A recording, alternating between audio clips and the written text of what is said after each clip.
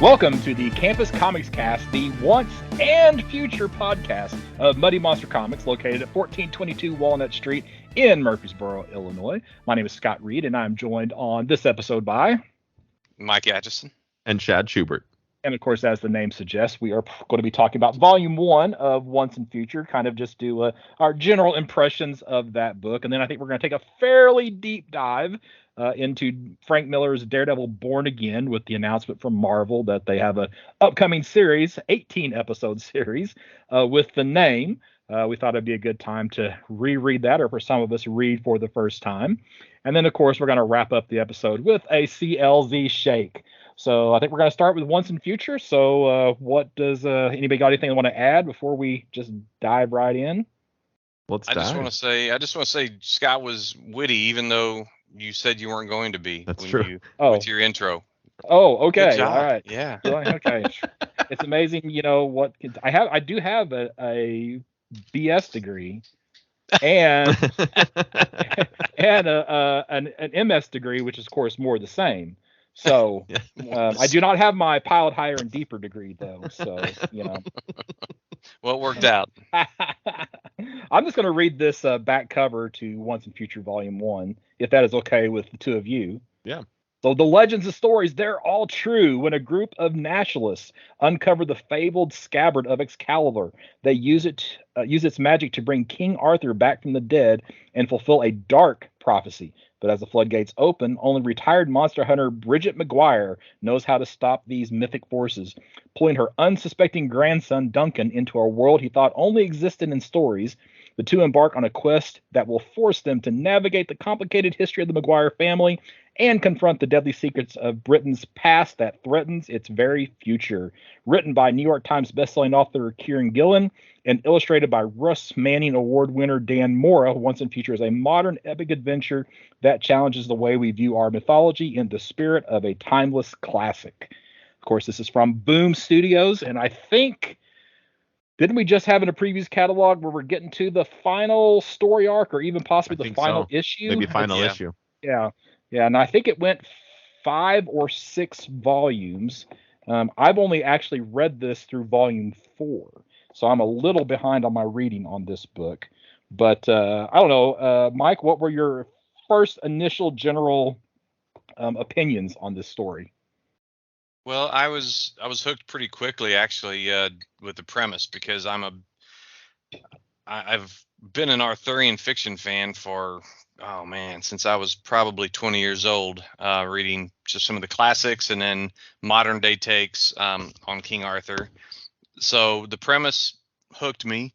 I thought the art was fantastic. Dan Mora doesn't fail to impress. I really, though, thought initially about, and I might not pronounce this right, but Bonvillain, Vian. I don't know. He's the colorist, and I thought that his work was really rich. The dark blues were, the nighttime setting in that rural Cornwall, made you feel like you were there at night. And then inside that tent, where that initial incident happened, where the nationalists took the scabbard from the archaeologist, you could really tell that it was like a lamp lit room or a tent. So to me, that's a sign of a good colorist. So initial thoughts, though, for the entire book, I won't say that my level of enthusiasm was the same throughout. It did wane a bit, but after I sort of couched my expectations and took it for what it was, it evened out. All right, Shad, what about you?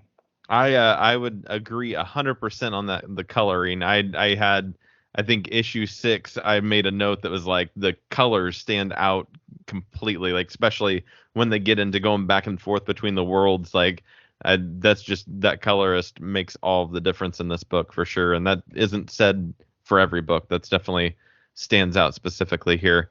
Overall, I don't know a lot about the Arthurian legend. I know, like, Sword in the Stone, Disney cartoon kind of style history there, and so I don't go much further past that. And so a lot of the Percival talk got lost on me, and is it Gallivant? Galahad. Galahad. Those characters I kind of understood what was going on, but it didn't mean as much, I don't think, to me on my side. So it wasn't that it was harder to understand at all. I didn't lose anything with that, but it definitely, I could see where that would really highlight and make this story a much better story if you were like, oh my gosh, they pulled out that, or that character is being pulled in. That's so cool. Yeah. Well, before Scott gives his review, I want to say that it's not a problem that you feel that way, because most of the King Arthur fiction, King Arthur fiction is fiction, but it's based off of a real warlord king from the 4th or 5th century probably. But all of the medieval chivalrous knight activity, everything from Lancelot and Gawain and Galahad and Percival, it's really kind of left up to the author of the era to build their stories. So there is no one consistent lockstep story. Now, there are some certain story beats that will always be the same, about King Arthur being killed by his own son, King Arthur's sister, Morgane, being the villainess of the piece, but that's not really touched on here. But no, you're okay. You're not really missing anything, because there's a lot of creative liberties that are taken throughout history. Cool. And of course, the big emphasis of Arthur is Arthur and the Knights of the Round Table. And here in this story, we definitely get a very different take on Arthur, because pretty much in all of your mythological and pseudo historical stories about Arthur, he's the good guy. Mm-hmm. And a lot of it is even that the health of the nation of Great Britain is tied to Arthur himself. And this takes a very different view on this, where you have Arthur is actually the bad guy of the story and not necessarily the good guy. So Gillen, he sort of turned the whole the parable, or the prediction prophecy that King Arthur would return in Britain's greatest or darkest hour, to, instead of being there to save Britain, maybe he's the cause of it. So I thought that was kind of an interesting spin on that. Yeah. Well, I think it's funny that, I asked for your initial impressions of this book and you both bring out the coloring. Well, so I don't know if that's a good thing or a bad thing. So I gave a little bit of a, my highs peaked early, kind of dipped pretty hard, and then they leveled off. So, yeah. Well, I thoroughly enjoyed the first volume of this book. It is not something I was reading new off of the shelf. Kind of just heard about it through word of mouth and decided to give it a shot. I do have a fondness for mythology, and more when it comes to Britain of a Robin Hood guy than an Arthur guy. But I grew up watching the Excalibur movie, and heck, even the Camelot play for Richard Burton and Richard Harris. Actually, the Richard Harris one is the one that I remember watching several times on HBO as a child. And so the Arthurian legend does have a fond place in my heart. But the key takeaway from volume 1 for me is Gran is like the most interesting character that has been introduced in comics, in quite a while. So I absolutely love the grandmother character in this story, and she makes this first volume of this as the one who is now teaching her grandson, what it is that he needs to know to take her place, to deal with all of these basically monsters that are returning to Britain. So you really can just kind of view it as a monster hunter book, really. Yeah. I really enjoy the character of Gran as well. I thought she was written to be the favorite and was successfully done that way. Mm-hmm. I really enjoyed her her kind of wild, young spirited kind of approach to everything with her rule following grandson. That's like they're constantly like he's questioning what she's doing because it's not the way it's supposed to be, or it's not the normal. And it's funny to see that dynamic with the age flip flop that way. Yep. Yeah. I thought she was a delight to watch in this story.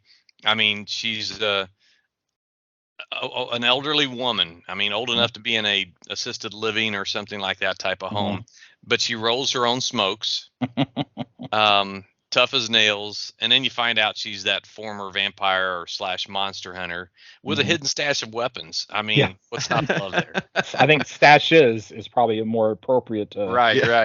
Describe that. Yeah.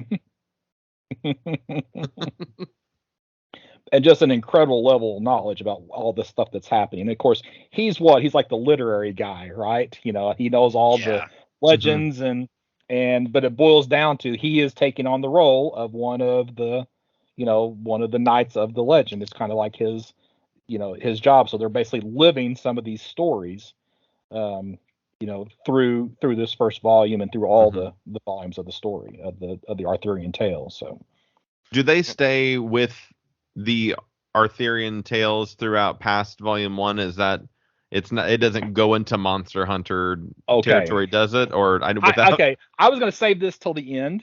All right, but since you brought it up, I'll go ahead and talk about it here. I've read the first 4 volumes. Yeah. All right. Loved the first volume. Second volume, they go into Beowulf. So all of a sudden they have shifted from the Arthurian legends. And I think this is just something that Kieran Gillen does. He narrows in on this really, really good idea. And it's like, okay, I don't want this to just be 15 or 20 issues. How can I expand this? Oh, I know. I'll pull in some other stuff to pad some issues and then get to my story that I want to tell at the end. So I really feel like, unfortunately, when you get into volumes 2 and 3, the story gets watered down. And it actually, so I was very positive for the first volume and not so positive for volumes 2 and 3. Volume 4 steers a little bit back towards Arthur and some other British legends. I guess I'll just leave it that way. So I felt like it gets a little bit watered down. But I'm trying to not judge volume 1 by what I know is coming in volumes 2 and 3. Right. Well, does he try to even connect Beowulf with King Arthur, or is it completely separated? It's been a little while since I've read volume 2, and I haven't really wanted to go back to reread volume 2. So he doesn't really directly connect them. It's just another story that is taking place as I remember it. And I apologize if I'm completely misremembering this. No, but I don't feel like there's a direct tie between Arthur and Beowulf. It's another monster that happens to pop up. So they they just get kind of sidetracked with Beowulf. And that was, and then in volume 4 they bring in Robin Hood. So you just have, and then I think they even later bring in another. They have like competing sets of like Arthurs and competing sets of Knights of the Round Table. So Kieran Gillen did the same thing with Die. So Die was that book that I went on and on about, where it's basically the Dungeons and Dragons cartoon in a more mature thing. So it starts off with this really, really strong story. And then it couldn't just be about the world that this group of people was visiting. It had to actually have potentially cataclysmic effect on the real world, what happened in this other alternate world.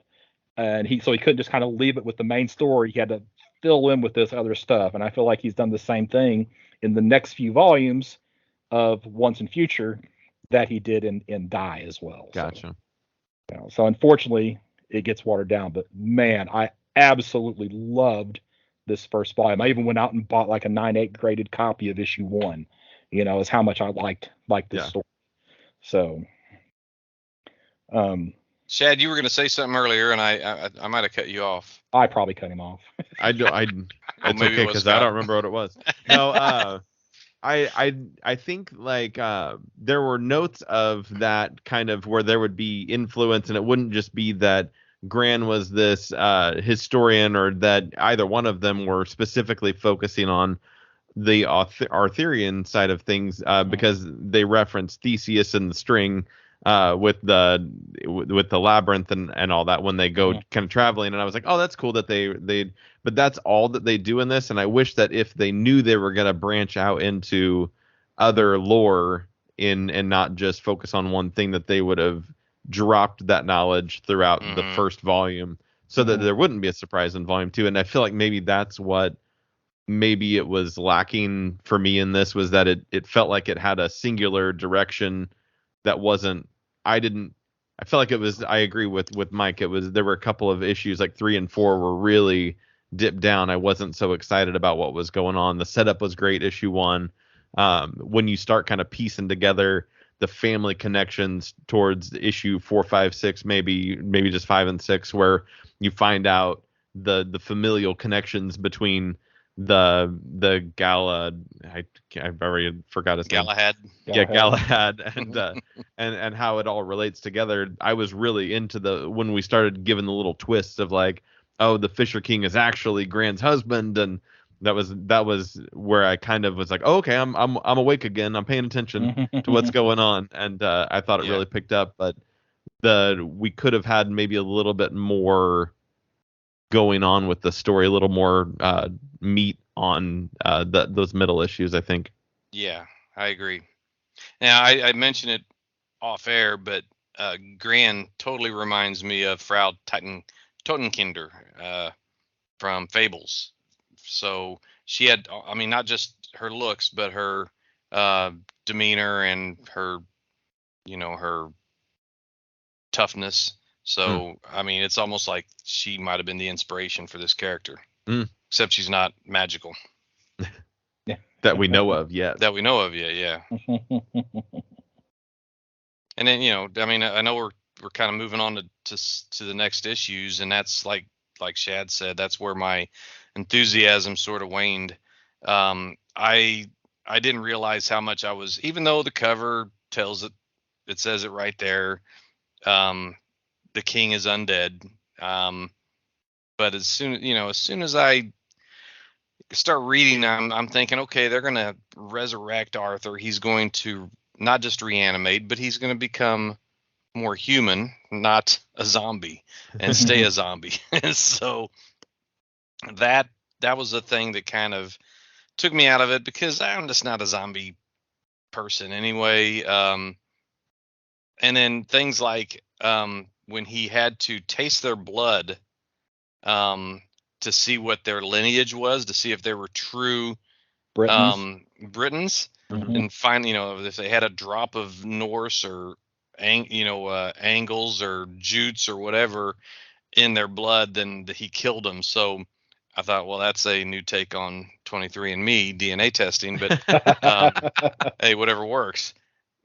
So that was like, okay, almost comically stupid. And then the part where then I really thought, okay, this is too far. They're taking Gran and going too far with her willfulness. She feels the need to point a pistol at her own grandson to gain his compliance. I mean, he seemed pretty compliant already. I mean, it's not like I could see him. He was pretty weak willy. And then even when I think later on, whenever it was Rose, and she did quickly jump on board with their plan. I didn't expect that. I thought she'd be a little bit more skeptical, but she also held a gun on her. But right. So, yeah, I was getting a little bit impatient with the plot. But then it dawned on me, whatever issue it was, that this is an ongoing title, not an OGN or not a limited series. So you could see, just like what Scott said, this might have been the beginning of the author maybe spreading things out a bit and letting it grow into a longer series. So then that's probably the point where I thought, okay, I'm just going to come to terms with what they're doing and enjoy it for what it is. I really don't have a whole lot more to say about the story myself. So whatever you want to add about Once and Future, just go ahead. Go ahead. Do you have anything, Shad? Nope. I was actually getting ready to say I think I've covered all of my notes as well. Okay. Um, I get why Gran had to get Duncan to say she was like a father to him, so she'd be his Fisher King, but I didn't quite understand why she had to shoot herself. I was didn't confused with that too. I didn't understand the need for her to. She's not the type of person that you would think was remorseful for what she's done. I didn't see a plot point that required her to do that. So, and I was also confused by there was one line in one of the later issues where the new Galahad, this was Percival or Duncan Percy, whatever, Mhm. his half brother, I guess you'd say, Mhm. who's the incarnation of Galahad. He says, quote, Gawain accompanied Percival on the Grail quest, not Galahad. Galahad was with Bors and Percival. So he says in two sentences, he contradicts himself. He says Percival's with two different people on different Grail quests. It did not. I did not. I mean, I did not understand that one bit. And I didn't understand the whole incarnation thing. I mean, it's almost like role playing. I mean, uh, how did they weren't like real incarnations of these. They were just like, okay, you're going to be the Fisher King, you're going to be the just because you say you are. So there's things that I think Gillen either he missed it or he just didn't make it clear to maybe people like me who just need more stuff put right in my right under my So nose to I think a understand it. lot of that was to get the Arthurian characters to react. They had to take on roles of the Arthurian legend. They had to do Okay. things that were comparable to what some of the other characters did in the legends. So that's at least that's how I, interpreted that as I was Okay. reading. They had to take on those roles, sometimes So it was to willingly, evoke a reaction out to of to those get the animated. reaction right. Okay. Right. So That's Because just how that's I took it. because it's it taking almost LARPing. seems like yeah, because it almost seems like it's saying the legends themselves are a real thing, not the people in the legends, but the legends. Okay. Because Mhm. even when Rose, when he said she's looking for a historian, and he goes, well, the girl I just went on the date with was a historian, and she goes, the story already has a hold on you then. Like the story itself is an existing being that makes the pathways happen the way they're supposed to. And Yeah. that was the only time that I grabbed onto it, that maybe the story itself was a real thing that was pushing it and going, well, if this is going to be our Percival, then he must have an historian to guide them in the right direction, and so we're going to match him up with this person he's going to go on a date with, so that he can have this person to guide him where he needs to Yeah. go. Okay. Which makes, when as we're talking about, it's like, well, now I kind of do want to read the second volume, because I want to see how that holds up and how that pushes through. Whereas I'm was feeling a little bit less about the story overall. Yeah. Yeah, It, it was not what I was expecting. I was expecting to all with the title Once and Future being a direct reference to Arthur. I expected the entire story to focus on Arthur and the Arthurian legends, and then when they throw in Beowulf and throw in Robin Hood, and of course Robin Hood's not a big stretch since we're still Peter talking about Pan, Britain. They didn't did they throw in Peter and I Pan? don't. I didn't remember Peter Pan. So, um, but yeah, it's uh that kind of threw me. I just was expecting it to all be about Arthur. So Mm.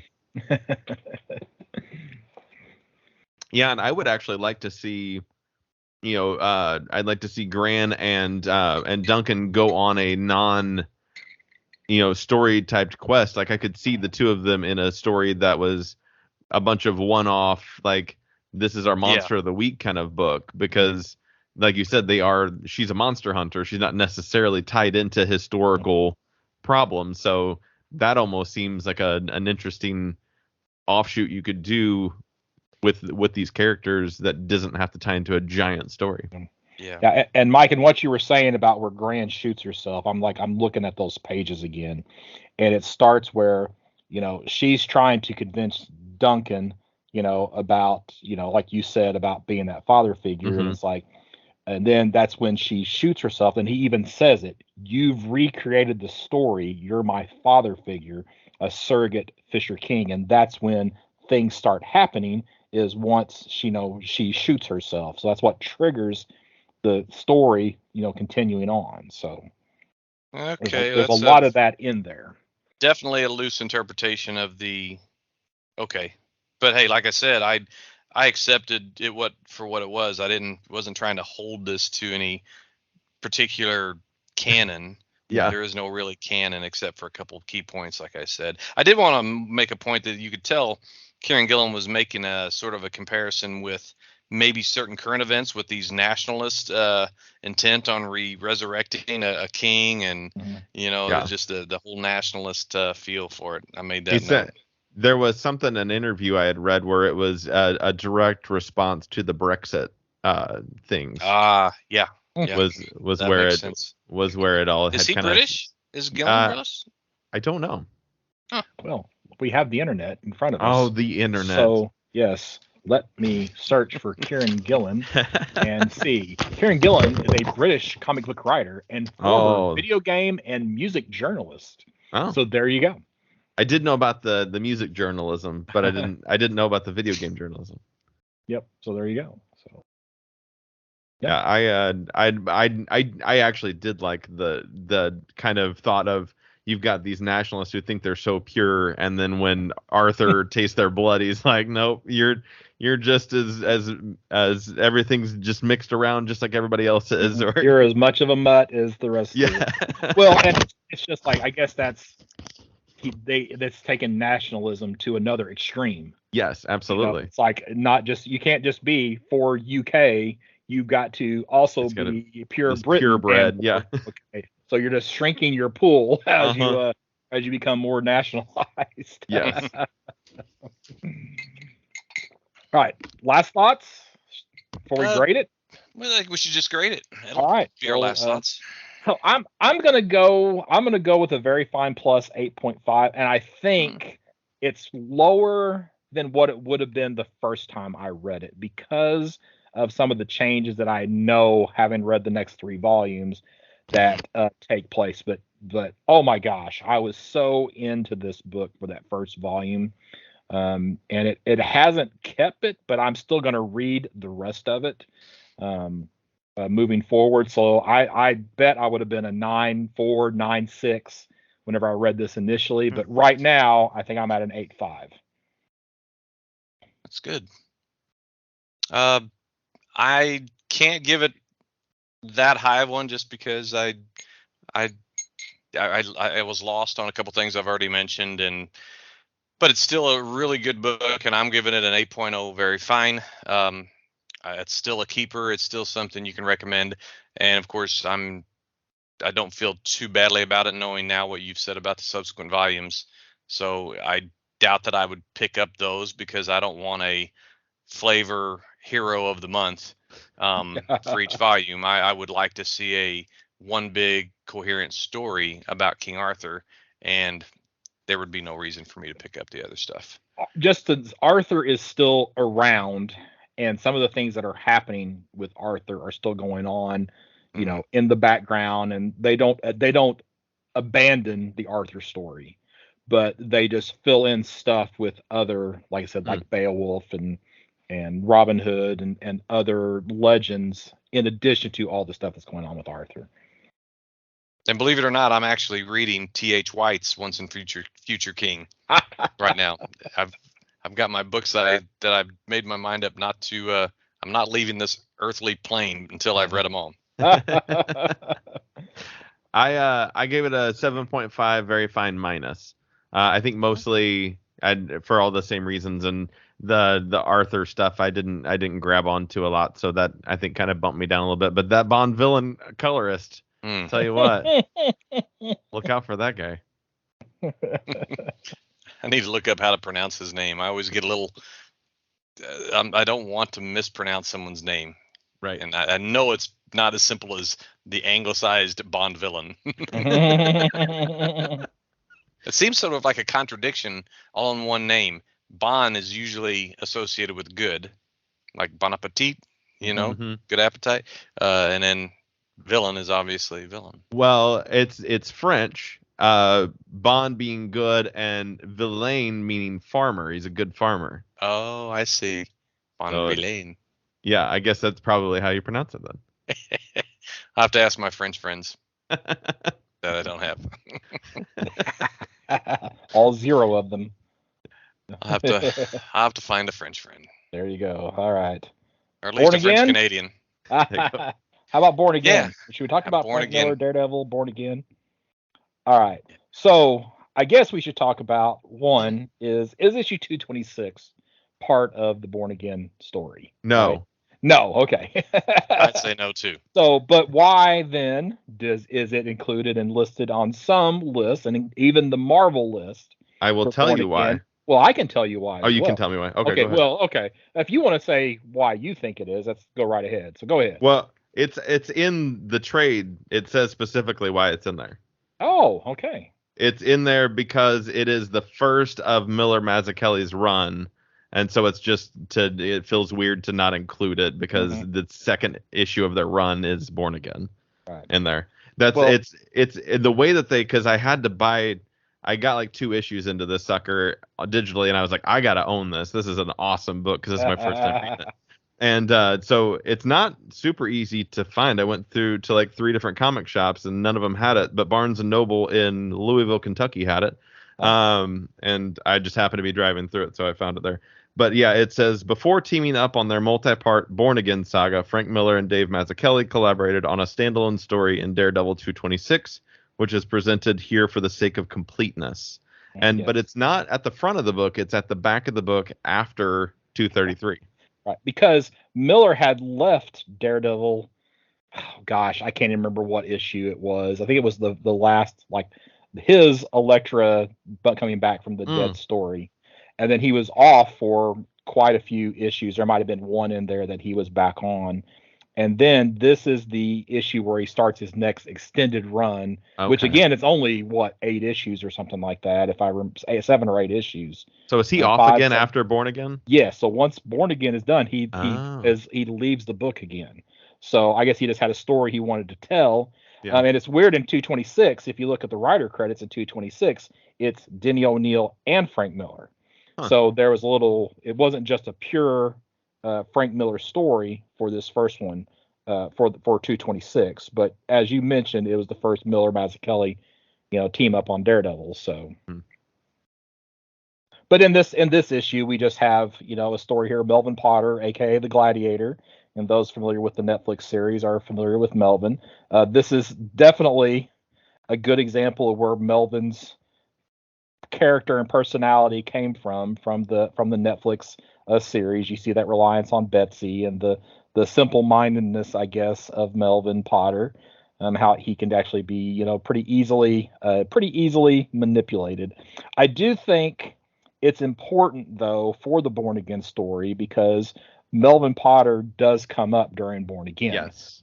So it helps to have this story to understand what is actually going on, later on. But basically, Melvin gets tricked into doing a bank heist, or not a bank heist, some jewelry heist because some people have kidnapped Betsy, and he kind of eventually is able to get Daredevil involved, and just basically they are able to rescue Betsy, and that's kind of the story. So it's just kind of a real one and done, feels like a one and done story, leading into where we get into the better stuff with the true kind of Born Again proper. So right, yeah, and the only thing I seen connecting it to the Born Again proper part was Murdoch losing his business or losing kind of starting the descent early, which gave some context that I didn't have. So it would, but did I need 226 to have the full effect of the overall story? Absolutely not.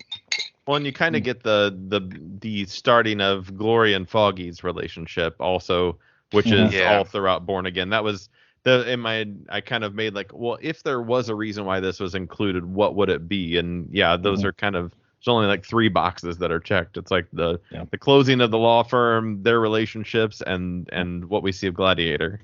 Yeah. And the fact that it's Miller one issue before Right.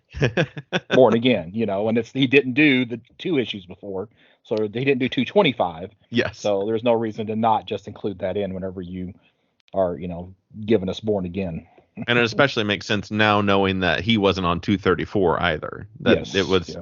this was this. I didn't realize that either. Now, it was weird that sometimes you see on the list they don't include 232 and 233, and I think those are critical for Born Again. But Right. I don't, because some of them just have, what is this, 220, 227, 228, 229, 230, 231, which is 5 issues. Yeah. Which is a story arc, but I don't feel like we really get the whole story until we include those last 2 issues. For sure. So, all right. I don't know, anything else that we want to say about 226 before we jump into 227? Just yeah. No, I like, I think I already said it. I'm sorry. I think I knew it from memory, and I didn't even need to look at my notes. But I did remember that I had probably forgotten how Miller's narrative writing pulls you in pretty effortlessly and subtly into the story to allow you to know the characters and want to know more about them. I mean, right away you knew who Melvin was, Foggy, Gloriana, or Glory, Betsy, and all that. So that's just a note I had about, well, that's just a sign of a good writer right there. And that is something that we've lost in modern comics.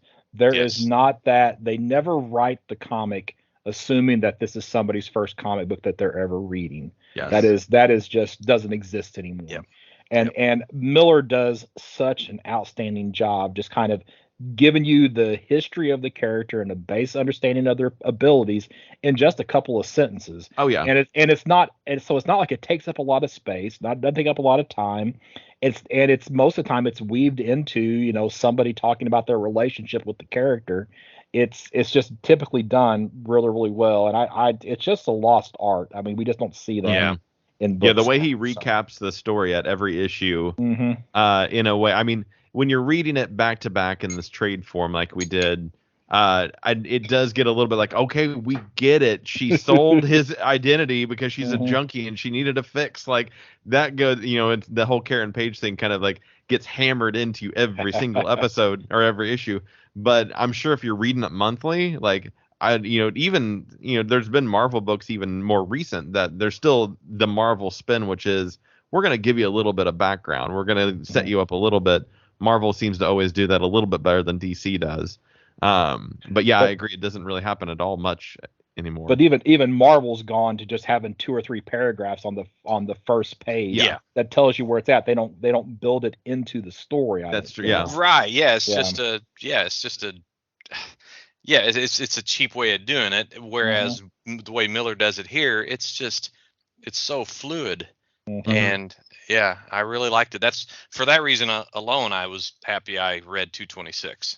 I do also want to say real quick, Mazzucchelli's art, I noticed right away in issue 226 that it was different from what I remembered in Batman Year One.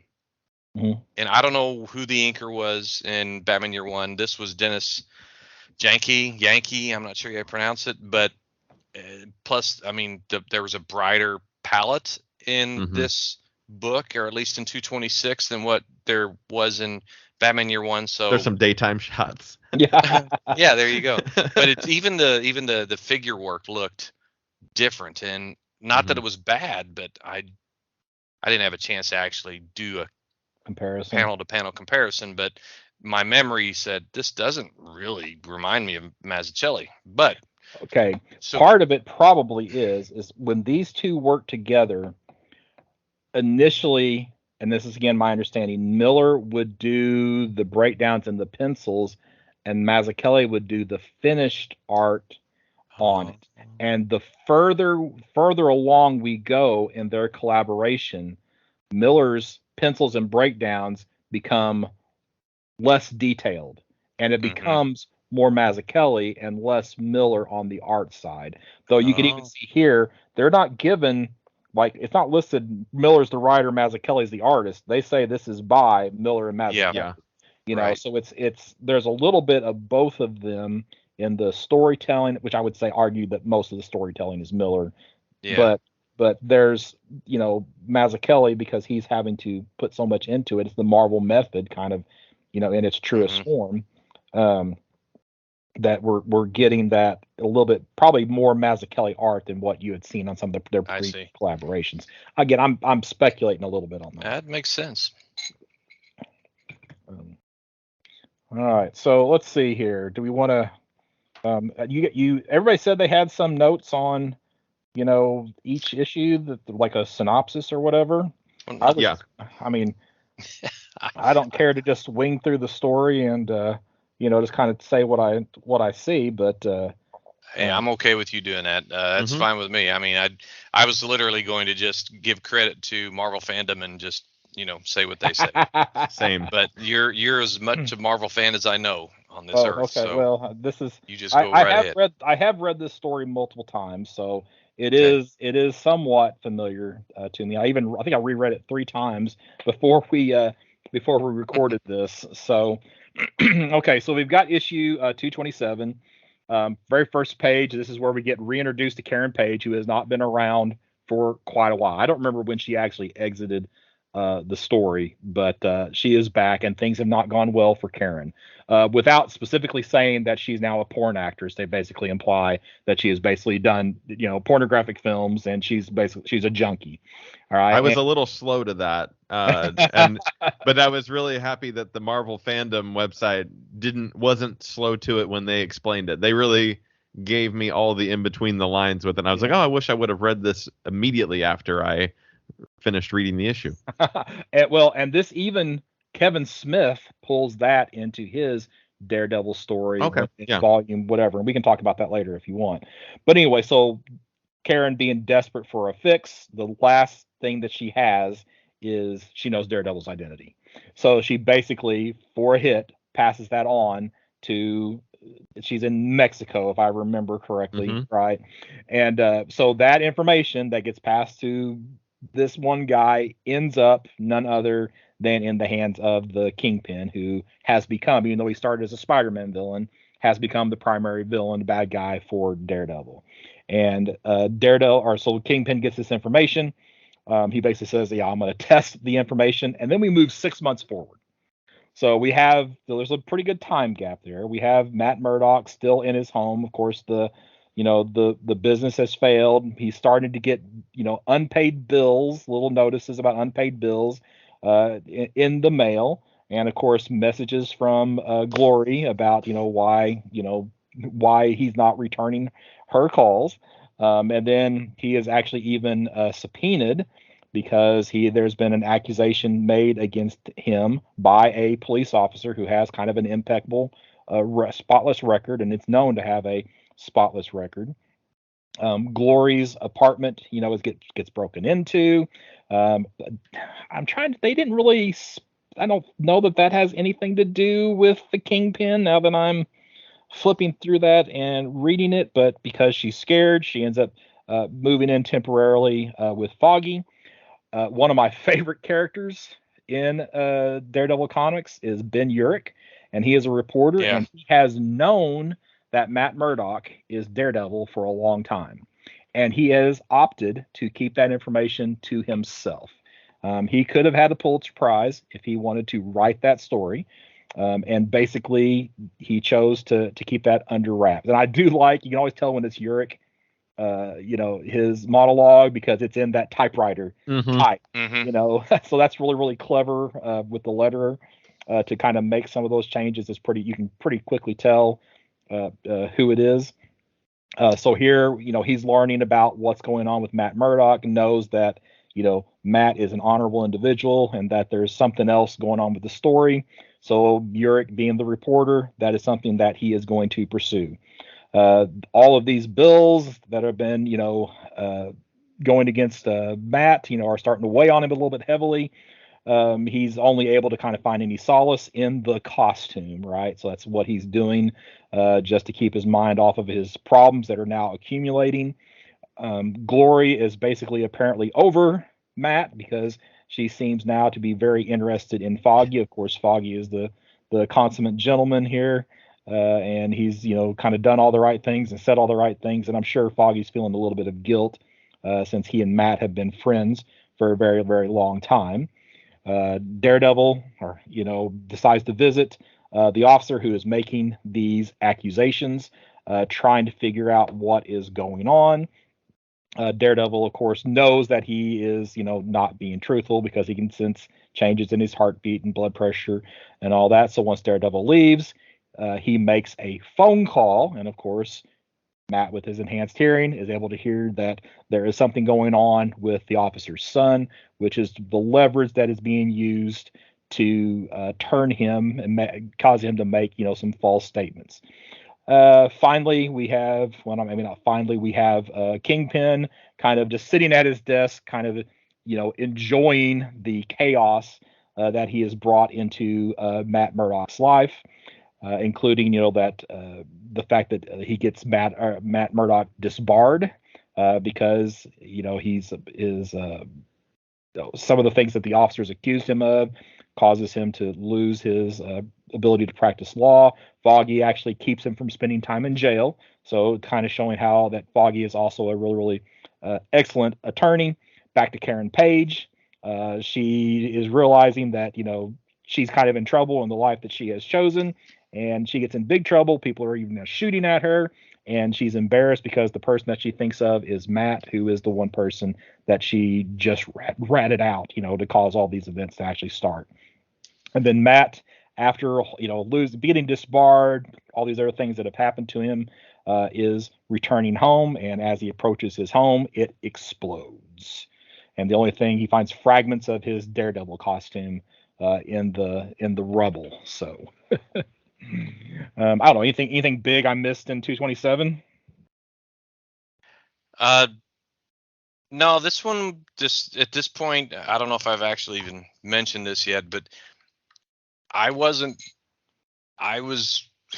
it's heresy to say this, but I wasn't feeling that the story at this point was quite living up to the hype or the reputation this story had. Now, that changed. It changed a lot.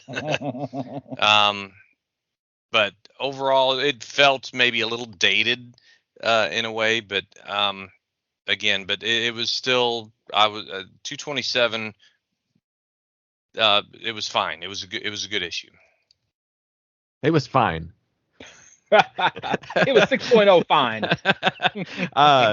No, there wasn't anything. I specifically, what's in the trade, it's page 24 and 25 is like your first shot at Kingpin, and I love the artwork where he really doesn't have any eyes. It's just darkened over it because he's just sitting in that dark room, and it's just the cigar smoke. And I was like, how evil is this guy in this imagery? It's just, that was really cool. And and I just want to note the blue puffy coat that Matt is wearing, and how that is his Daredevil costume through almost all of this book. Is that, and to at one point where I think it's like 4 or 5 issues from now, there's a punch thrown, and you just see, like, you don't even know Matt's there yet, but you see this punch thrown. It's just an arm with a blue puffy coat, and you know it's him. Mm-hmm. But just because of that, it's like that dumb coat that he's wearing. But it cracks me up because I think he's wearing that more than he wears the Daredevil costume in this entire series. Well, because that's all he has. Yeah. I mean, his home was destroyed, so but all he has is those clothes. Even his Daredevil costume was ruined. Yeah. So yeah. But one of the seminal Daredevil stories, and the blue puffy coat is his uniform.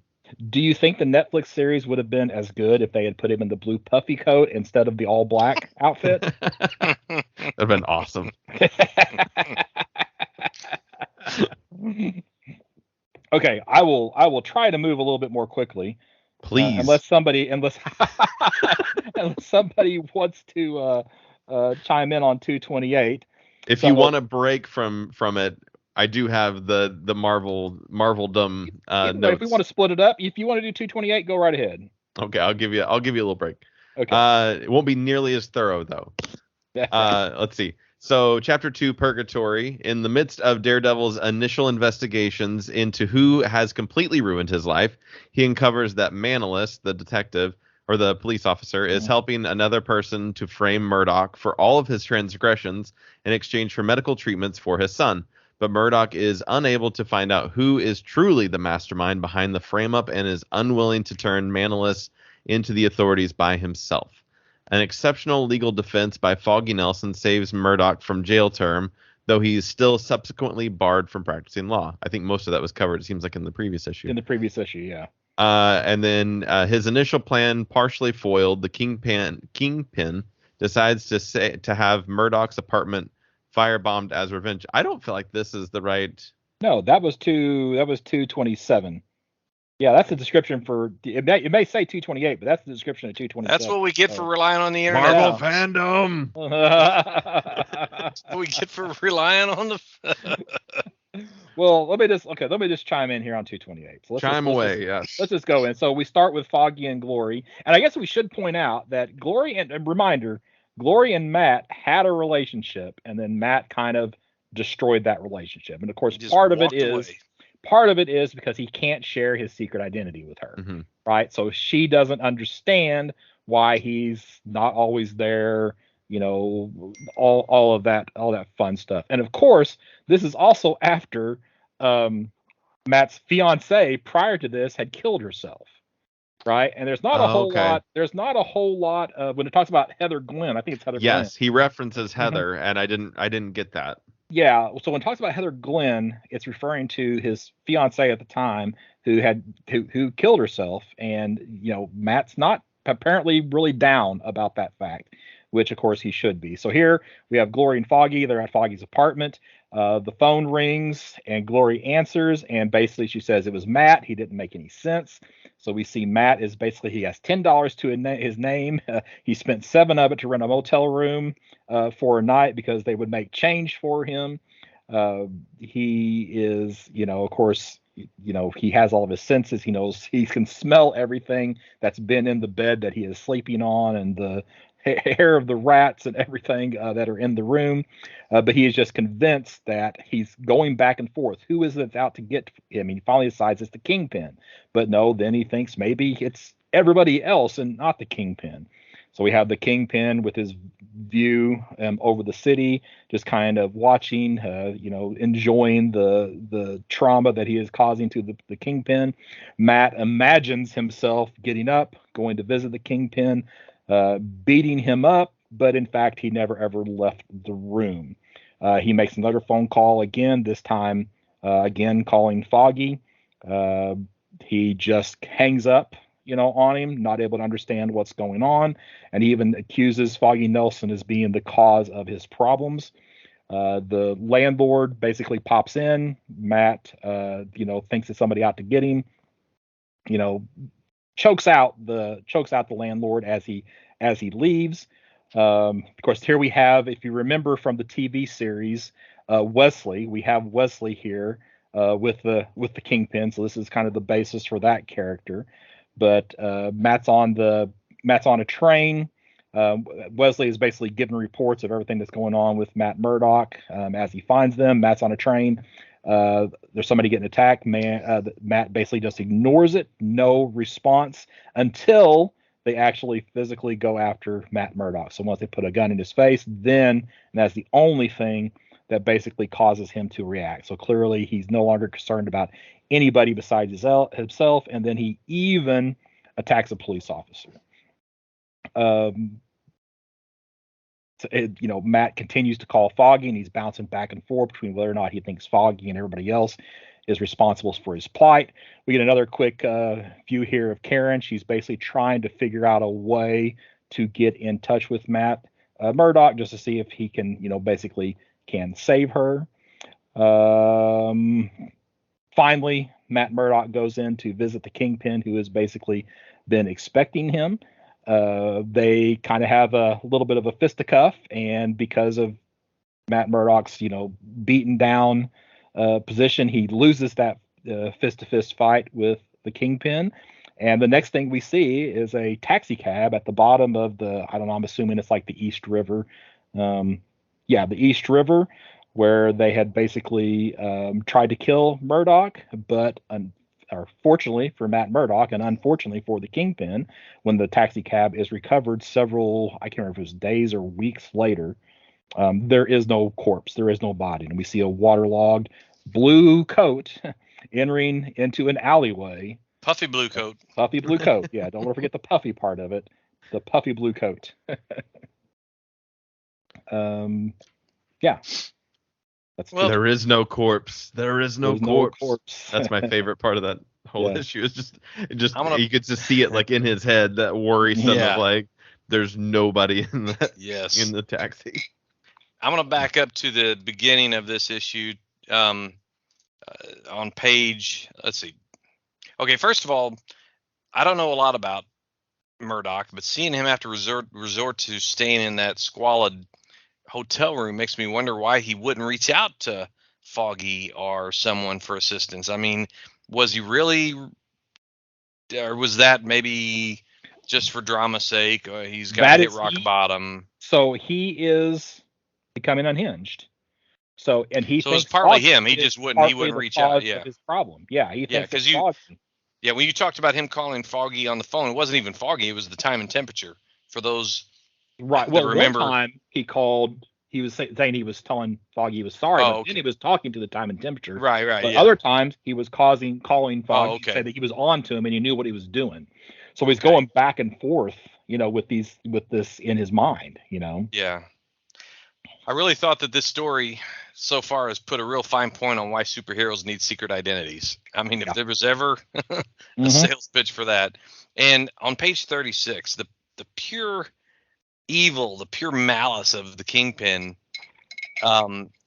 is just like tangible. In fact, I don't know if when you think about second person narration, there's a certain element to it that really makes this effective, and that's what he did. He didn't have second person throughout the book, but then this page here, it was a second person narrating to or about Kingpin, and like you said, it was just showed his evil. He's one of the cruelest baddies there are in comics. Especially when Miller is writing him. Right, yeah. Yeah, and just Kingpin shuddering with pleasure at the thought of a drowning Murdoch was great writing too. I mean, he's just loving it. Anything else to say about was it 228? No. Okay. So 229 Pariah, right? So of course, as we talked about before, there's this reintroduction to how Matt Murdock, he's kind of going through his life as he's laying here in this alley. How he got his powers. He about the time that he spent in the basically, I don't know if it was it's definitely some type of Catholic either church or hospital. He's cared for by a nun. He's learning about the fact he's blind. He's starting to recognize his abilities. Of course, it's later retcon that it's Stick that kind of trains him in how to use his abilities. But ultimately, we see Matt Murdock, basically laying in the gutters in an alley. Foggy is out with Glory. They're buying, I guess they're at Rockefeller Center because they got the big Christmas tree. They're buying Christmas presents, and of course, Glory is apparently having lots of trouble. She gets mugged this time. Somebody steals her purse, and nobody other than Foggy is around to attempt to actually try to even do anything about it. Of course, Glory is not real hip on New York City any longer. Ben Urich, who we haven't mentioned in a while. Did you want to say something? I was gonna say Foggy straight up throws a bowling ball at a dude's head. He takes Pork Chop Peterson's bowling ball and throws it at a dude's face, and I was like, "That's pretty metal. That's hardcore." Yeah. So I didn't get the one time that I've been to New York, I didn't get any situation like this. Same. So, yeah. So maybe it's cleaned up a little bit since the 19 what was this 80 something. Yeah. So anyway, so Ben Urich shows back up, and of course he has discovered, because Ben is a great reporter, investigative reporter, what is going on with, and I've already forgotten, I want to say Maloney, but it's not Maloney. It's it's Manalus. Manalus, all right, Manalus. Oh yeah, he has learned about the kid. And, yeah, he's learned about the kid and the problem that the kid has, and how this is what has caused Manalus to be willing to, give incorrect testimony with regards to what's going on with Matt Murdock. Of course, we also meet this wonderful nurse, right, who is aware and kind of keeping an eye on things. And we'll be back to the nurse here shortly. Back to Karen, which there's this irony here that, she's trying to figure out a way to get to Matt. And to get to Matt, she's willing to steal from a blind man, to kind of, get it to where it is that she needs to go. Matt is basically just kind of walking through the city, kind of aimlessly, even gets hit by a car.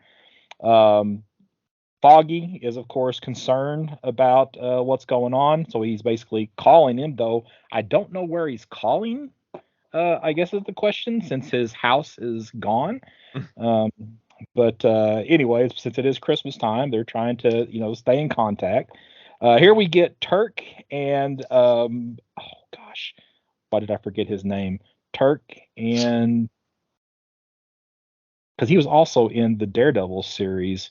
Oh man, Turk's one of the henchmen of of the Kingpin. right? Yeah, well, he's off and on a henchman of Kingpin. Grotto, Turk and Grotto.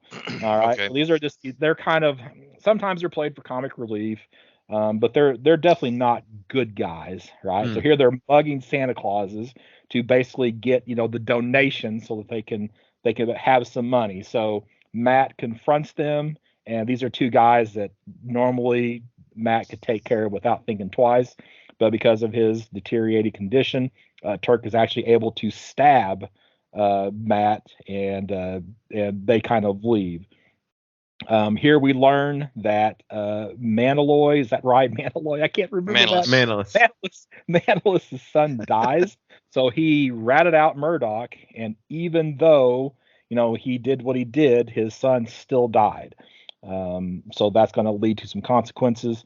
Karen Page is actually able to find somebody who is going to give her a ride, basically to America. So now, and we see very quickly that he's not a good guy, and of course he knows about her past, her, what basically it's what he can give her and what she can give him type of an arrangement. Foggy and Glory are definitely becoming much more than just friends as we see their relationship progresses.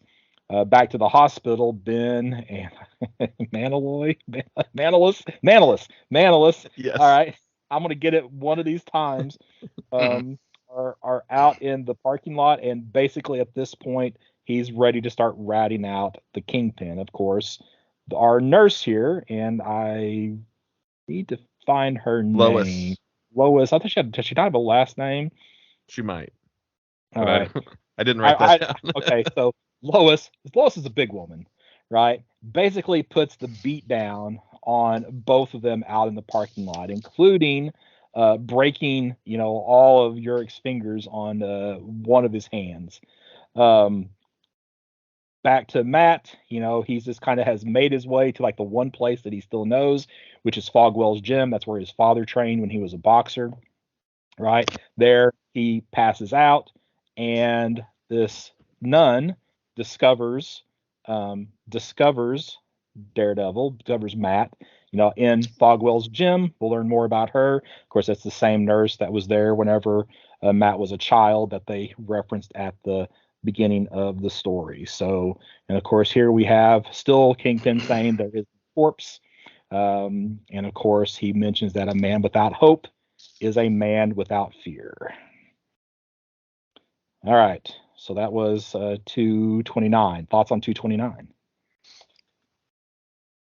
Well, I'll echo what Shad said, that Foggy definitely could have killed the robber with the bowling ball. You're right, Scott. This Ben Urich guy is one of my favorite characters, and I've only known him for a few pages and a few days. I thought that Miller writing about it was Miller's writing and Mazzucchelli's art about New York and in the Christmas in the City. It really felt like Christmas in the City. It was just a great representation. But I will also say that you remember, Scott, when we talked about Vigilante, the DC comic, and for that was a DC comic, really? Oh gosh, yeah. for certain ethnicities, whether it be Middle Right. Eastern or Hispanic, they didn't really have coloring that maybe it was the paper, maybe it was the coloring, but the coloring, when they tried to make someone look a little browner, it turned almost like purplish. Yep. And that's where I seen where the blind Mexican guy, it went from being olive green with him to whatever the Gray. guy's name, like that Karen. gray. Mm-hmm. Yeah, almost like a gray purple with Karen when she kind of hooked up with Paolo, I think's his name. So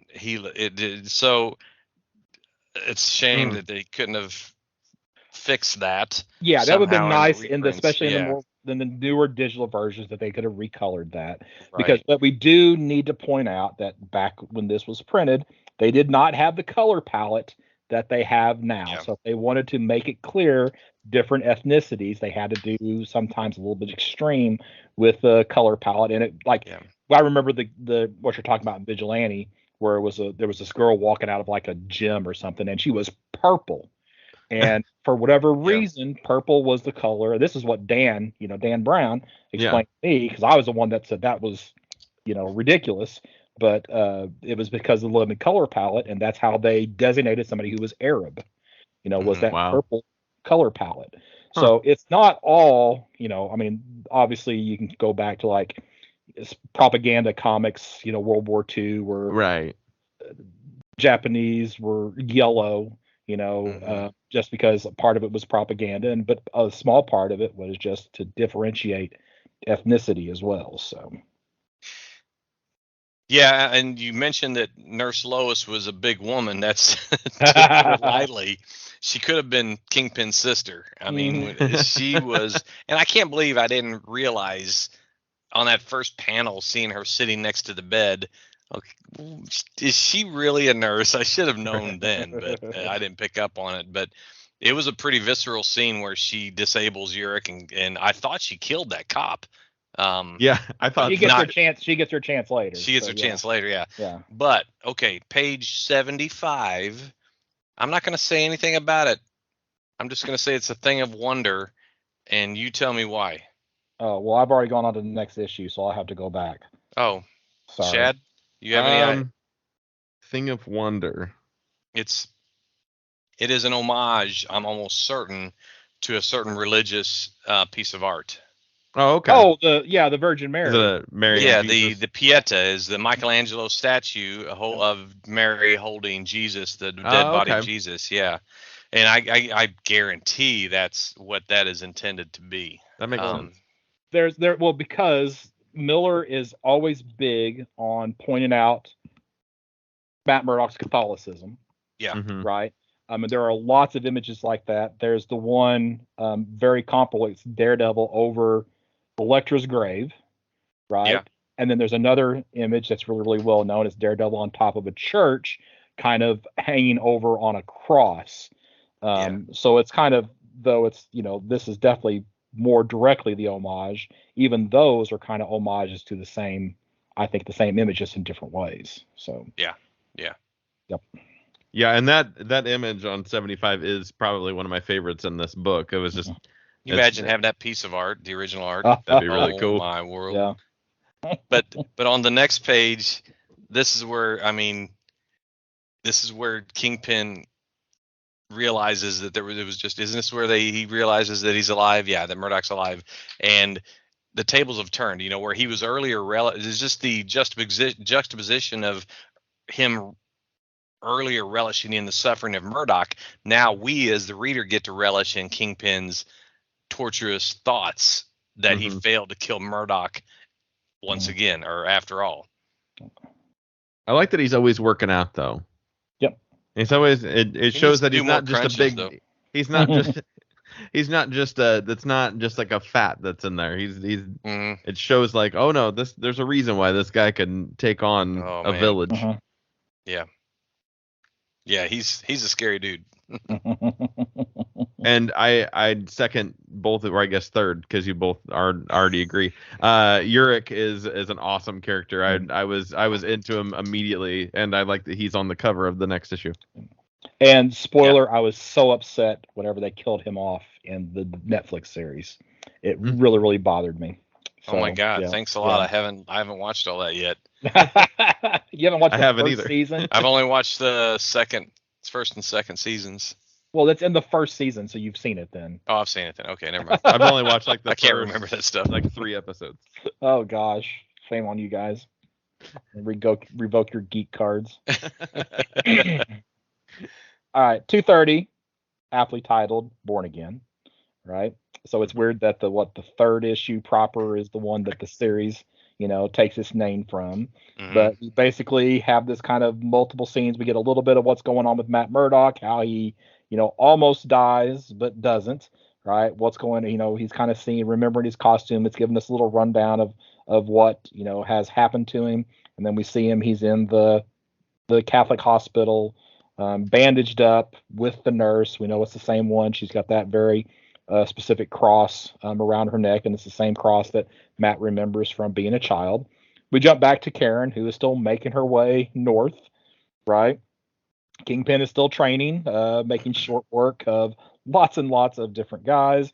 Glory is still with Foggy, so they are continuing along. He's actually taken a new job, right? We're back to where Urich and the nurse, she put the pretty serious beat down on the cop, basically broke all the fingers in Ben's hands.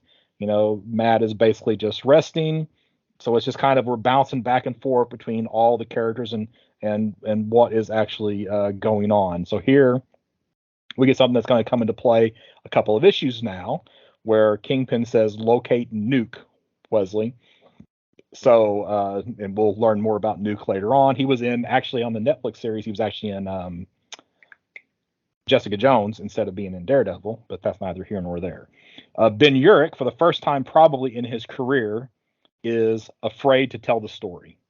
And he is even, he's not allowed to mention the name Matt Murdock. And even in the privacy of his own home, his, wife is going to say it, and he tells her, don't say the name, because that is how intimidated he is by what Kingpin has done to him, to the police officer, and what he knows he is doing to Matt Murdock.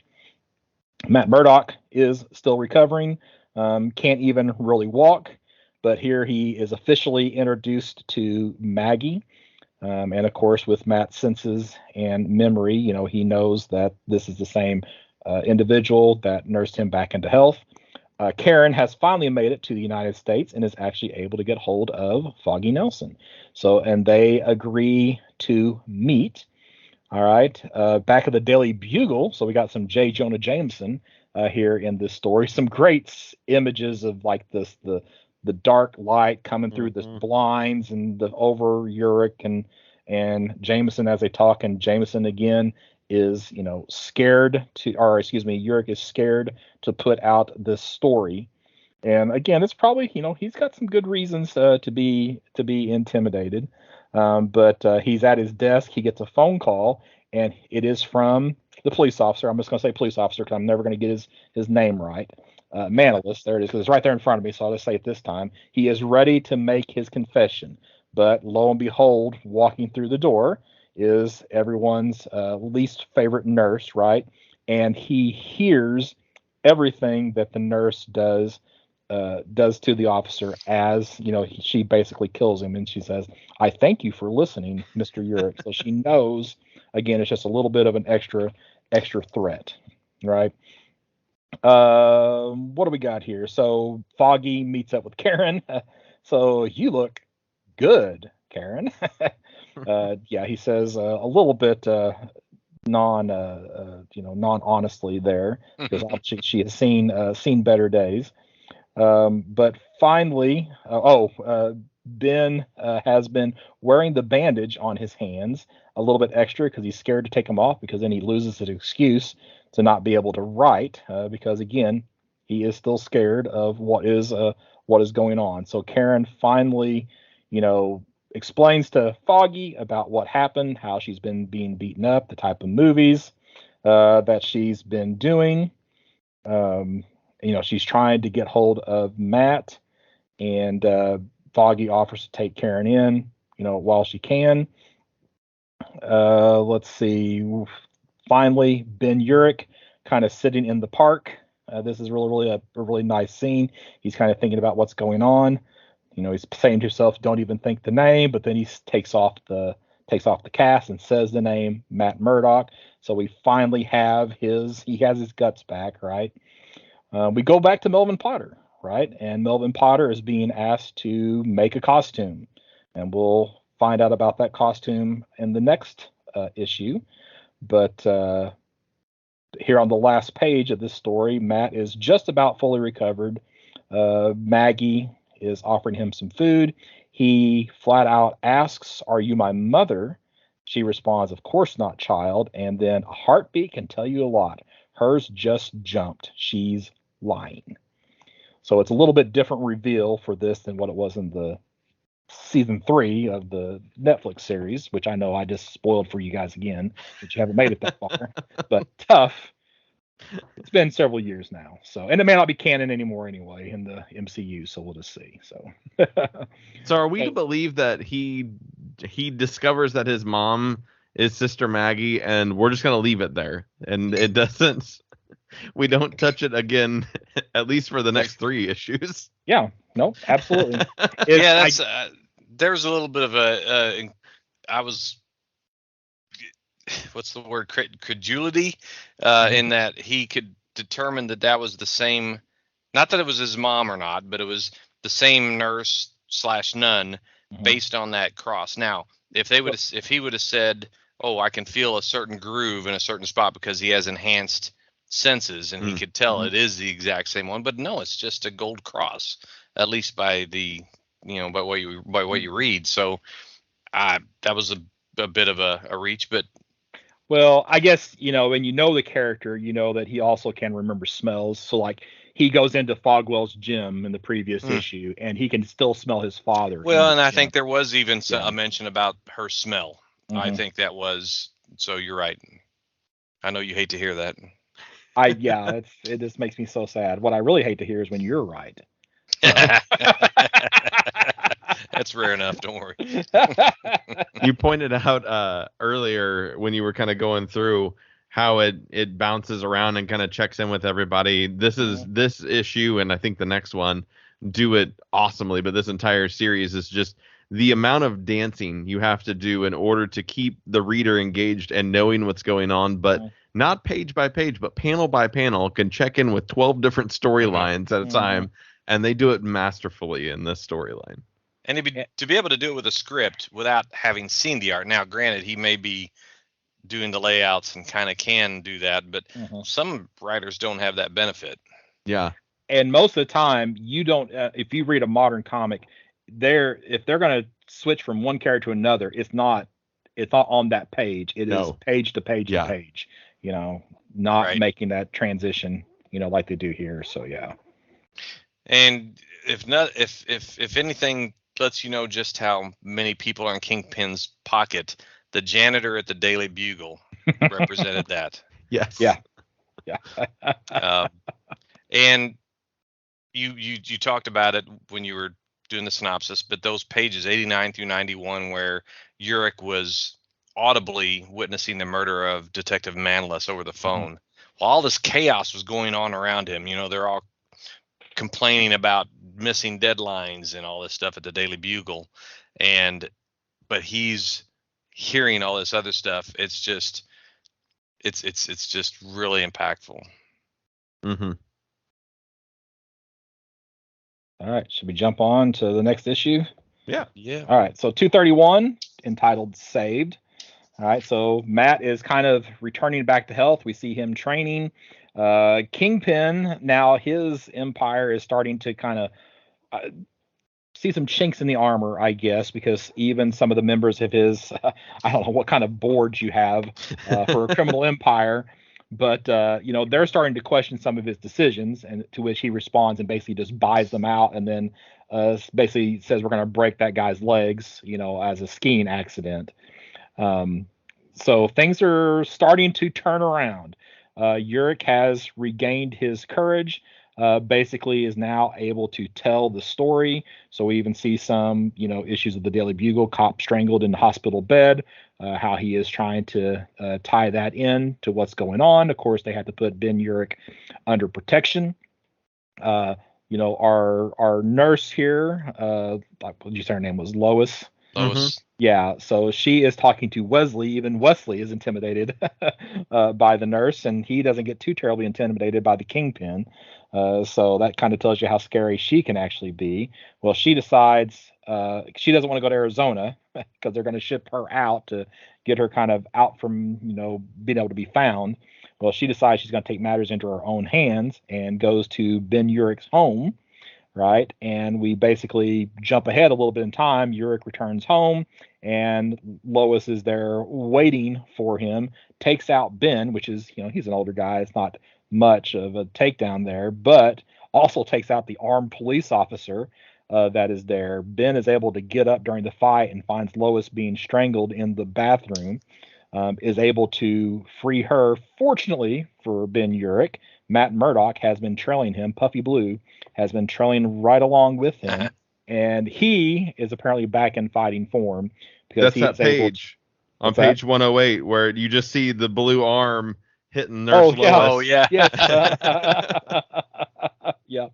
You know exactly who it is, right? So yeah, then we get to see for sure on the next page, but takes out Nurse Lois. All right, and Ben Urich comes out after saving his wife, finds Lois cuffed on the floor. Of course, a police officer knocked out. Ben answers the phone, and it's Melvin Potter, who basically says he's got a message for Daredevil, and it's urgent. And of course, Matt, still being on the scene, hears that Melvin needs to talk to Daredevil. All right. Meanwhile, the Kingpin is visiting basically a criminally insane asylum, finding somebody. They basically say he goes for knives mostly, but I'm sure he could be talking to using a club. So they're going for somebody who's got a little bit of a bad background here and is a bit cruel. And basically what we learn is that Melvin has created a Daredevil costume, and this criminal is going to be asked to basically commit some crimes in the guise of Daredevil. Matt shows up for Melvin, tells Melvin, make the costume, no one will be hurt. And Melvin replies, pleasure to hear your voice, Daredevil. So even though he can't see Matt, he knows who it is that he is talking to. Karen is now at Foggy's house, and she is recovering. Unfortunately, her Luis, wasn't it? No, Paolo, excuse me. Paolo has followed her, is basically stalking her from across the street. The police get involved, gunshots get fired. Paolo basically takes out some cops, and of course shoots into Foggy's home. What else we got going on here? Okay, so now we see someone in a Daredevil costume is basically being asked to go in and rough up Nelson. Of course, this was while this shootout was taking place. So our new masked vigilante decides he's going to take out his frustration and still go ahead and do what it is.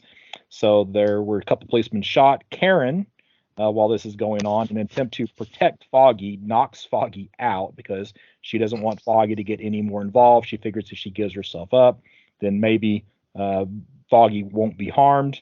The fake Daredevil is trying to break into Foggy's building, but again, you see the puffy blue coat without a rip in it, despite punching through a door. Right? Takes out this Daredevil, and then Paolo catches up with Karen while Matt is fighting fake DD on the roof. Paolo is actually shot, and it's funny. What drops out of Paolo's jacket is basically a hit. And, that's one thing that Karen is watching, but before she can get the hit, she basically finds herself in Matt Murdock's arms and she's weeping. And then, of course, the Daredevil costume is removed from the crazy guy and Ben Urich. As for me, I'd like I told you, I'm a reporter. I'm going to find out where Matt Murdock is and what he has become. So he has his gumption back. Yeah, Yay, Ben Urich. So that's where some people end the story. Then that's what you were Yes. saying, is that's the finale. Which seems like I think it seems like an odd place to end it. Yeah, I mean, there's a lot of action for sure. Like, I mean, the amount of hits and just fights between multiple people throughout this, gunfire and hitting people over the head with potted plants and all kinds of stuff, that it's action packed, but there's not a big resolve at the end of it. No, there's not. But Daredevil's back. Matt Murdock is back. He's apparently back to his sanity. Pretty quick turnaround, to go from not trusting anybody to now he's forgiven the person who caused all this. Right. Just by seeing her. It is a pretty quick turnaround, I think, but sometimes you gotta. I mean, how long do you actually want to watch Matt Murdock, insane right. in a comic? So. And sometimes in real life, when you see the person, you forgive them. That's true. So yeah. Now these next two are actually probably my favorite two issues of the story. Though the others are good, and it's probably has less to do with Daredevil and more to do with Captain America. But anything else you guys want to say about 231? Nope. Just that Nurse Lois, if I ever am in the hospital and somebody like her comes around, I am requesting a new nurse. I'm asking for a new nurse. And everything else, just that whole issue left my jaw hanging open. I mean, everything from the attack. I mean, you were so worried about Urich's wife. The tension of Melvin Potter not knowing what to do, the emaciated Karen, the psychopath. It was like, wow, one hit after another. Okay, right. 232. 232. All right, God and Country. These covers, we haven't even talked about these covers. These covers are just, oh man, they're just all so good, for this entire series. But so we get introduced to Nuke, right? So Nuke is basically like an attempted super soldier replacement. But I guess we're in the whole drug war time frame, right? So here it is. He's taking uppers and downers depending on the needs of the situation. But apparently he's in Nicaragua, and he's just taking out hundreds and hundreds of individuals that apparently are working against the U.S. government. And of course, Kingpin, being who he is, has something on a general that has some control over Nuke's action. So he convinces the general to drop Nuke into Daredevil's playground, which is Hell's Kitchen. All right, Karen Page is still recovering wherever it is that they're staying at now, which I'm not for sure where it is they're actually staying at. Because Matt doesn't really have a place, so unless he's just happened to he's squatting in a maybe building. Or just like a shanty or something. So and then Foggy is meeting up with Ben Urich. Okay, they're basically kind of exchanging a little bit of information. Ben does, because Foggy, being the klutz that he is, drops his briefcase, and Ben sees some of Glory's camera work. So he asks for her to call him because, I don't know if they've mentioned this before, but she's a photographer. So here we see Nuke is on his way back to the United States. Let's see. Kingpin is still is being informed about trouble with Lois. She's basically talking about who it was that she's working for. So she is, basically, letting everybody know. We have some of these scenes where they're really, really simple scenes, like, it's like Matt shaving. Okay. Which, he's scrubby looking and bearded and stuff. And it's really clear that that's intended to signal a change, in the character moving forward. Here we've got Karen laying on the bed, basically cradling the Daredevil costume. This is, of course, the new Daredevil costume from Melvin Potter, which looks the same as the old one. But it looks like a really decent studio apartment in New York. I mean, that's probably like two grand at that time to stay there.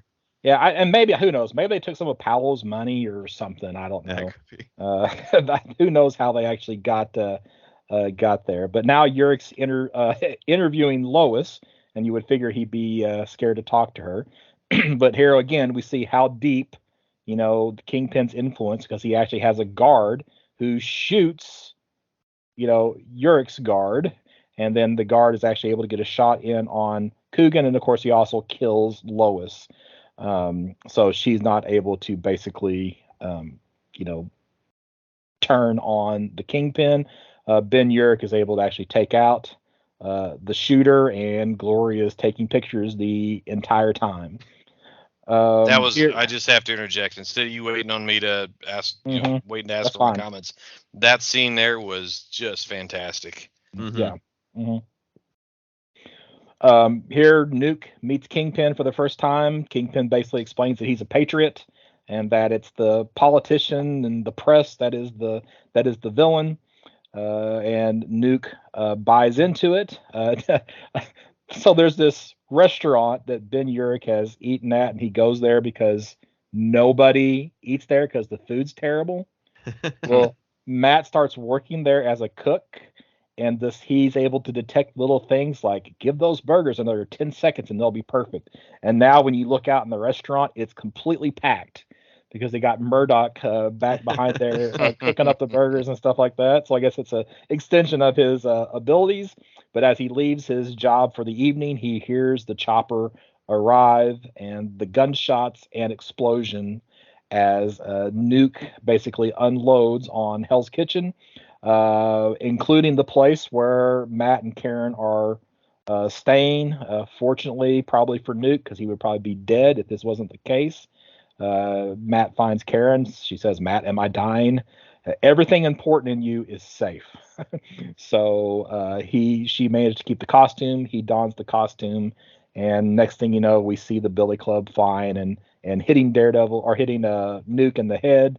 And then this excellent image of Daredevil standing before flames, his Billy Club ready. With next it says Armageddon. They've been all throughout the issue has been, or throughout the whole series, has been a lot of onomatopoeia, and it's used a lot in this issue. There's a lot of noises throughout it, and that is another kind of lost art. You don't see nearly as much onomatopoeia anymore. You don't see like when he's hitting the bag and it says fap, fap, fap. Yes, fap, yeah. Fap. You don't see the whooshes and the whooms and the poofs and the fams. And yeah, you're right. You're absolutely right. You kind of miss that when you go. It kind of is a sign of the time of that creation. It's very underused anymore, it seems like. Mm-hmm. Unless you're Kevin Smith and the character onomatopoeia. That's right. Yeah, exactly. Yeah. Green Arrow. Yeah. Anything else to add, Mike, on 232? I only have one sentence in my notes. You could tell this was this issue represents the Rambo era. Well, yes. A combination of the Rambo, the what was the Reagan gun running thing? Contra affair. I mean, all of that. Yeah. That's this time frame. So yeah. So 233 Armageddon. This issue respectfully dedicated to Jack Kirby. So thank you, Frank Miller, for including that. So here we have the battle pursuing between Daredevil and Nuke. Basically, we are learning that Nuke has, extra strength. He has armor built into his skin. He's on some type of, uppers. He's got this massive gunfire and support from a helicopter. So Daredevil is having a hard time basically, taking him out. You get statements like, muscles can't work if they're severed. No, almost broke my fingers. So it's not an easy fight for him. Of course, Kingpin is just watching, what is happening here. What ultimately happens, though, through the battle, a lot of people are killed, but in come the Avengers, and these 2 pages here, really the page and a half, are like some of the best 2 pages in comics. And I have to read this part right here. So we have, Ben Urich kind of narrating. Out of nowhere they appear. This one's been shot. Medic over here. Put these fires out. We don't want a gas main going up. A soldier with a voice that can command a god and does. So here you have Captain America standing, holding, I think, glory, and then Thor, referring to the god. Suddenly it's raining so hard it hurts. Everybody who can falls silent except Matt. So it's these pages are just amazing. And I don't know what it is about Frank Miller and Captain America, but he is somehow, I would not, it's like when Frank Miller writes Superman, people question that. You would think it'd be the same way with Captain America, but he has to my mind, he has a different sort of respect for Captain America than what he does for Superman. But this basically brings an end to the fight with Nuke for now. All right. Back to the Kingpin. He's in his sauna with the other guys. You figure by now they would learn to not question what the Kingpin does. Excuse me. But in the sauna, he basically kills anybody who starts questioning. Back in the Catholic Church, they're basically triaging all the wounded. Maggie is there, Matt is there, Foggy is there, though they managed to not not see each other. Karen is there, now wearing the puppy blue coat. All right. And hold on a second, I need to get out a good cough here. Sorry about that. So they cross paths. Matt realizes that he has been followed, and on the roof he meets up with none other than Captain America. They bring Nuke in. Cap, basically calls out the general who released Nuke. Unfortunately, the diner that Matt was working at was destroyed, so I guess he lost his job as a fry cook to make the world's best hamburgers. Captain America does something that you wouldn't expect him to do, and that's hack into a computer system to learn a little bit about Nuke. So apparently he's not completely archaic and has learned a few things. He also smacked that up. He also did something else that I wouldn't expect him to do, and that's smacking that corporal upside the head. Yeah, exactly. Yeah, it's a little, but again, Captain America is not about the U.S. government. Captain America is about the American dream, and that's what I think a lot of people misinterpret about and get wrong about the character. So Nuke now basically, doesn't like his portrayal in the papers. So, gosh, doesn't like his portrayal in the papers. So he escapes.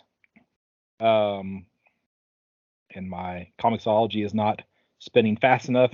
During all this time, Kingpin is now actually being awarded like a Businessman's Association award, despite all of his involvement in what has gone down. Nuke or Captain America is there where Nuke is escaping from. They fight. Basically, Cap knocks him out of I don't know how many stories up window. Nuke and Cap are both knocked out. Captain America, this almost becomes a Captain America story here. Yeah, it does. Yeah. Yeah. So they actually decide to shoot at Cap and Nuke. Daredevil actually saves them, though Nuke takes some hits. Daredevil, despite what Nuke has done, is attempting to get him to a hospital, but he quickly learns that Nuke is not going to make it. So instead of taking him to the hospital, he turns around and delivers him to the Daily Bugle as evidence to Ben Urich. And then, of course, we get the kind of synopsis of how a lot of the things that were charged against Kingpin, where he maneuvered and got out of them, but his reputation has taken a big hit. And then our story kind of ends with Matt and Karen back together, walking down the street in a Hell's Kitchen that is being rebuilt. That was a great last page, too, that full page of Matt and Karen. Mm-hmm. That last panel on page 172 where Cap stops all those soldiers. They're like, look like Keystone Cops, or like Three Stooges.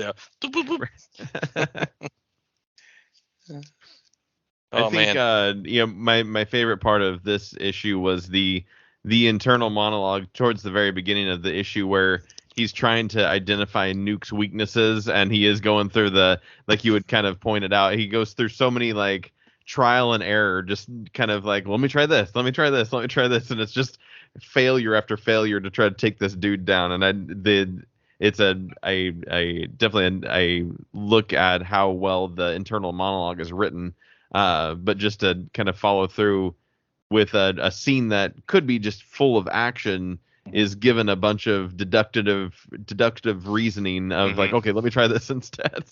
Yeah, and Daredevil never beats Nuke in this story.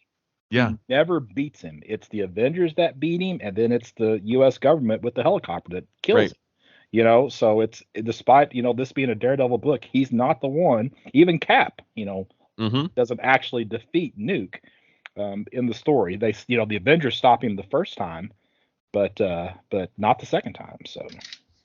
All right. I know we've gone pretty long with this episode, so I don't know. You guys got any last final comments on Born Again? I mean, I know there's lots we could talk about, but well, I want to say that I didn't know about this. We decided, or I think I came up with the suggestion of reading this prior to knowing that this was going to be in the Marvel Cinematic Universe. Whatever it is, I think it's Phase 6 that'll be in, right? Or is it 5? Might be 5. Okay, 5. So I thought that was good fortune right there, and it's appropriate. So you suggested it, but it was already announced at that point. So you had okay. You had just missed the announcement. Okay. All right. Yeah, I didn't know about that, but yeah. I just knew I had it on my shelf, and I thought that'd be a good one to read. Yeah. Yeah, I'm glad we read this because it's now on my shelf because we read it, and and I would have just kind of been like, oh, I'll get to it at some point, and probably never would have. But definitely reminded me of how big of a deal Frank Miller is as a writer. It was just like, oh yeah, that's right. I do need to remember that he is kind of a big deal. Yeah, he's an icon. Yep.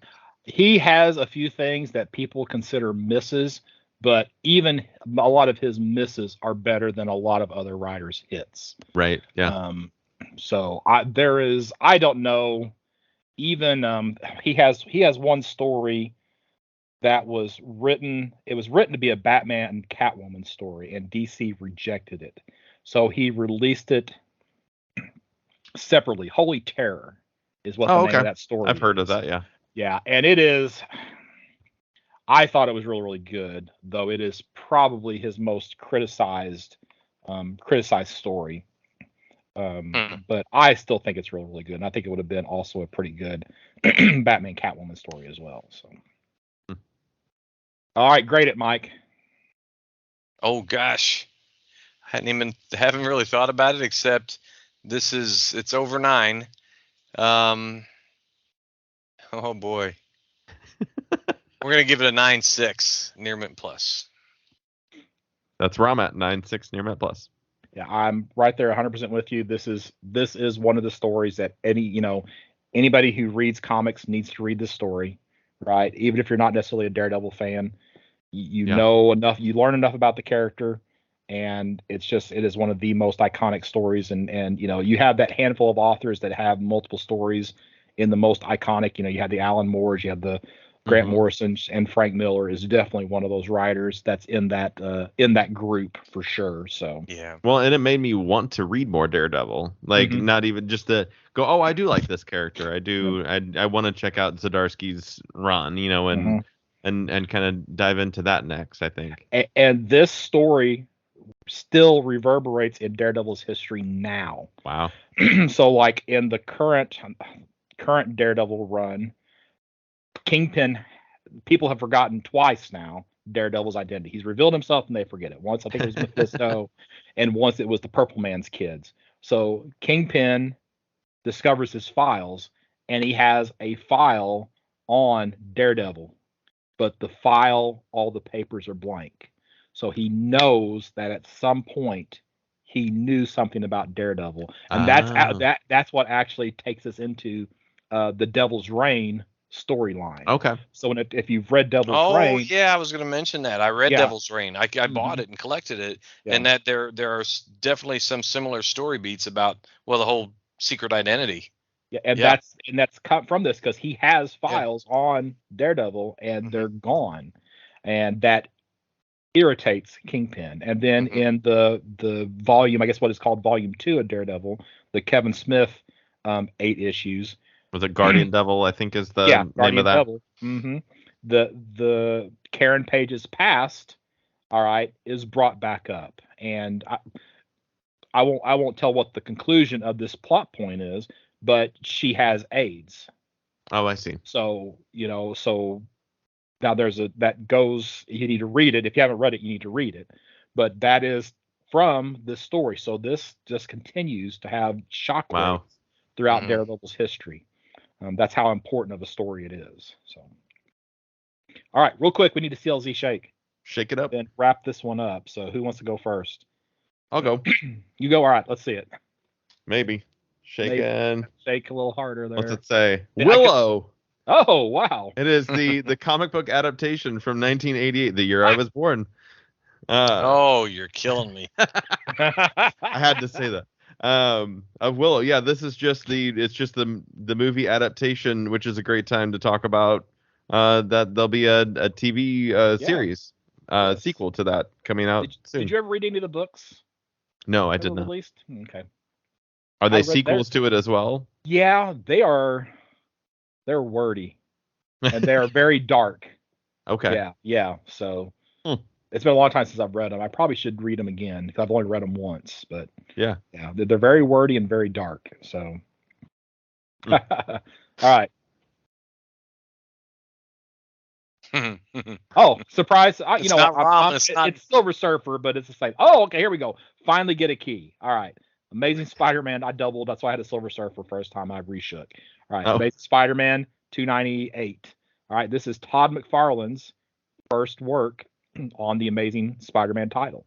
Hmm. So now it lists characters in this issue as Venom, Eddie Brock, though this is 2 issues before his official first appearance, which is in 300, right?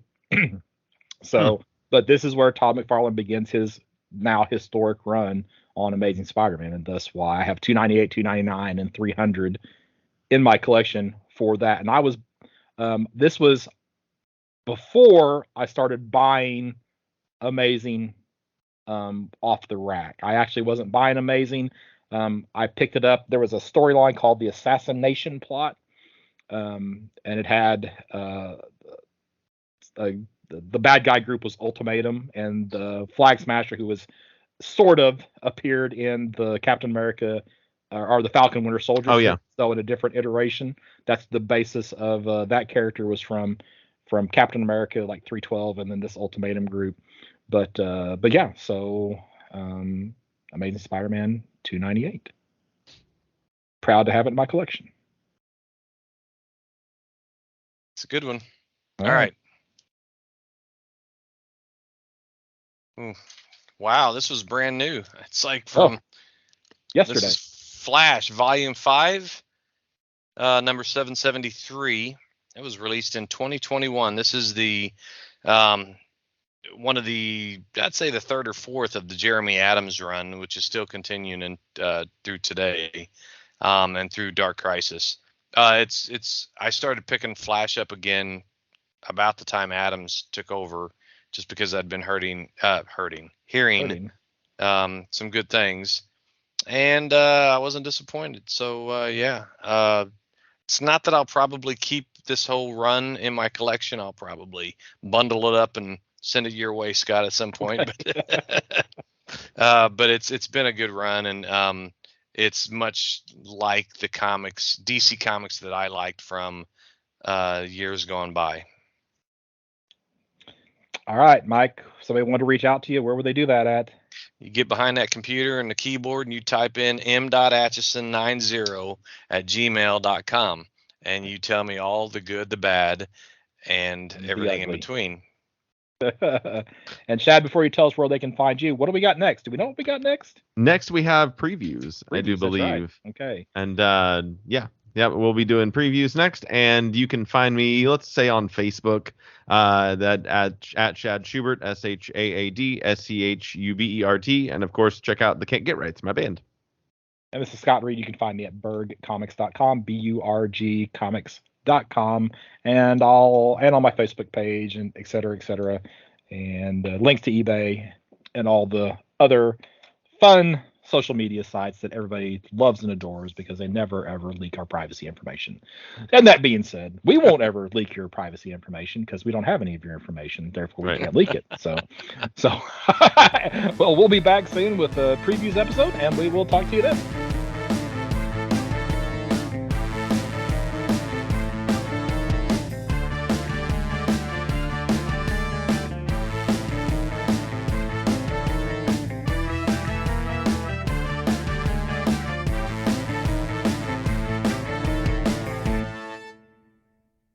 That means you'll have to decide on the name by tomorrow. I already have. I did decide on it. Yeah. Mars. It's Mars. No, it's not Mars.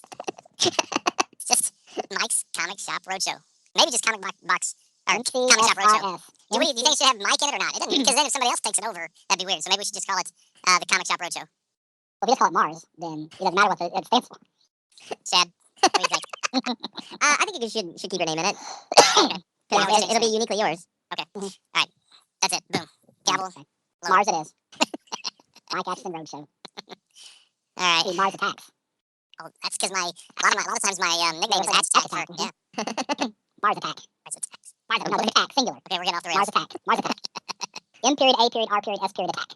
Mars Attack. Totally different. Totally different. Okay, what is the show about? Somehow, if I had that title, they'd be mixing me up with what's that scientist named Tyson? Oh yeah. Neil deGrasse Tyson. Yeah.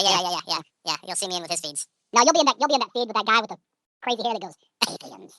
I'm not gonna say it was aliens, but it was aliens. That's what you'll be grouped in with. Right. Okay. Another reason not to use Mars. No, that'd be good. That would be perfect. That would be good. You can even change your hair. You know. Yeah. All right. Perfect. See, here's the thing. If I'm uploading it, I can name it whatever I want. That's true. Good point. Oh, that's true. He got you there. That's a count on your goodwill. There will be a reference to Mars in every single one. You just wait. Gosh. That's funny. Yep. AKA Mars Attack.